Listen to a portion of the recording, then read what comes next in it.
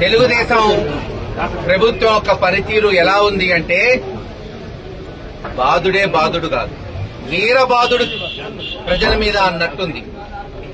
ప్రతిపక్షంలో ఉన్నప్పుడు చంద్రబాబు నాయుడు గారు గల్లీ గల్లీ తిరిగి బాదుడే బాదుడు, తాను ముఖ్యమంత్రి అయితే విద్యుత్ ఛార్జీలు పెంచడం కాదు తగ్గించి చూపిస్తాను అన్నారు.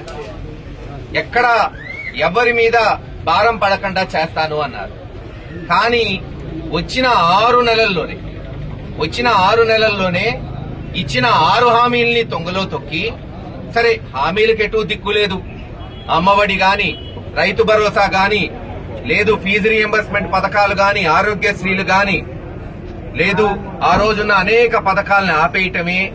ప్రజల మీద భారం పడుతుంటే చదివించుకోవాలన్నా, ఈరోజు హాస్పిటల్కి పోవాలన్నా, వ్యవసాయం చేయాలన్నా ప్రజలు ఇదేమి కర్మరా బాబు అనుకుంటుంటే 6 నెలల్లోనే అది చాలదన్నట్టు మళ్లీ భారం సుమారు 15-16 వేల కోట్ల రూపాయలు ఈరోజు గృహ వినియోగదారుల మీద, 200 యూనిట్లు ఫ్రీగా వాడుకునే ఎస్సీ ఎస్టీల మీద ఈ రోజున ఎన్ని ఎత్తేసి వీరబాదుడి కింద 16 వేల కోట్ల రూపాయలు ఈ రోజున మరి భారం వేశారు.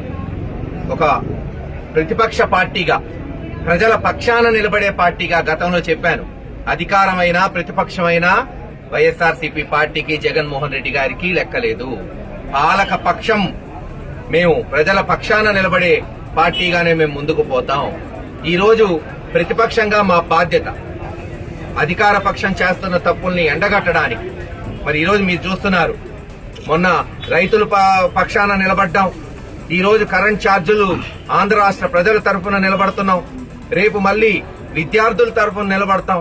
ఇలాగ ఎక్కడ అన్యాయం జరిగినా, ఏ చిన్న అన్యాయం జరిగినా వైఎస్ఆర్సీపీ పార్టీ జగన్మోహన్ రెడ్డి గారి ఆదేశాల మేరకు నాయకుడి దగ్గర నుంచి మారుమూల గ్రామం కార్యకర్త వరకు ప్రతి ఒక్కడు కదిలి వస్తాడు. ప్రజల కొరకు పోరాటం చేస్తాం.